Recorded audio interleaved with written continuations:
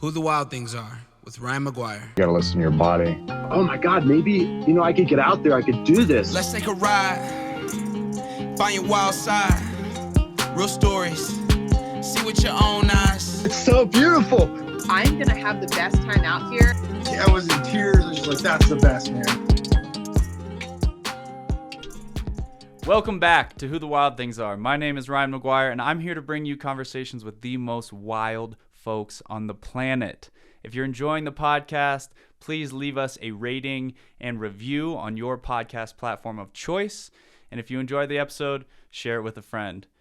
Appreciate you guys. Let's get it going. Check 1, check 2, check 3. Check it. Is this thing on? All right, I think we're good. Welcome back, y'all. This is a two-part series where I oddly talk to myself in front of a camera. Like I said, never done a solo podcast really, but we're doing this two-part series here. This is part 2 of 2, and it is the 2024 outlook. Part 1 is focused on racing and endurance sports. Part 2, which is this one. Part 2 is going to be focused on adventures and wilderness classes. Those are kind of the two ways that I think about my life, either through like the racing lens or the wilderness lens, because that's the stuff I love to do. So let's get into it. So this one's all about adventures and things like that. I actually leave tomorrow for a backcountry splitboarding adventure. That is a lot of what my winter adventures are looking like this year. A lot of splitboarding, backcountry snowboarding. But I really want to get into the meat and the potatoes of the adventure season. So we're going to start in, let's start in April.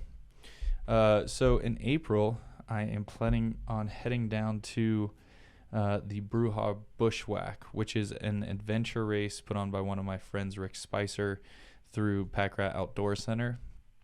Essentially, it's this really cool like adventure kind of race where you've got to use different outdoor skills to move through the landscape, and it's a really cool event.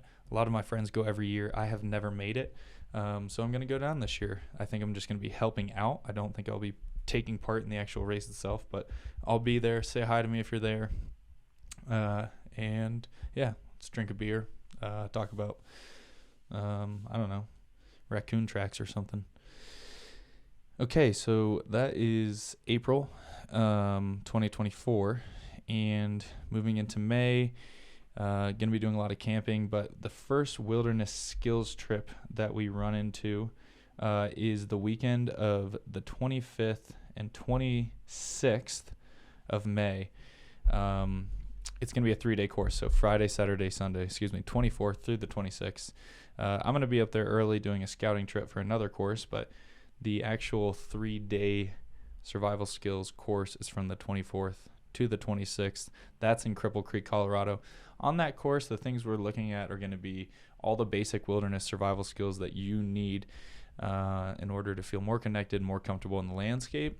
So think about sourcing and purifying water, identifying wild plants, learning how to build shelters, learning how to cook over the fire and create fire from friction, all those sorts of primary skills that are going to help you not only stay alive, but also gain a deeper connection with nature. If any of that sounds appealing to you, definitely check out the course, which is listed both. You can go through my bio and go to wildrideoutdoors.com. Ultimately, that's going to redirect you to the Survival University, which is who we're running through a lot of these courses through this year. And at the survivaluniversity.com, just look for the 3-day survival skills course with your boy, Ryan McGuire. Sign up for it, 24th to 26th. You won't forget about it because it's going to be an amazing, amazing experience. So that is the first course of the year. The second survival adventure kind of course that we're going to be doing is here on June 25th, 26th. Cut that, get that out of there. The second one is going to be June 14th to the 16th. This is a really cool one. This is the first time we've done this. We're doing a yoga and earth skills combined retreat. So we're going to have people on this beautiful swath of land, and the whole weekend we're going to be connecting to the land and also to our bodies through the practice of yoga. That is going to be that is going to be co-taught by my friend Kierce Ferguson.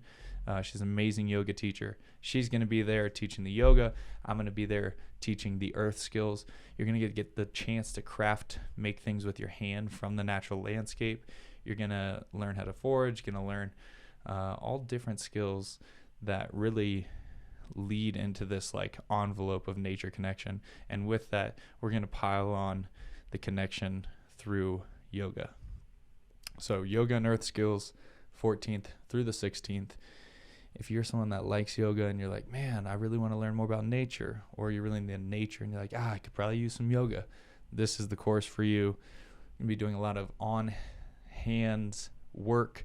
We're going to be doing a lot of crafting around the fire, eating good, morning light yoga. It's going to be amazing, and I'm hoping you guys can make it.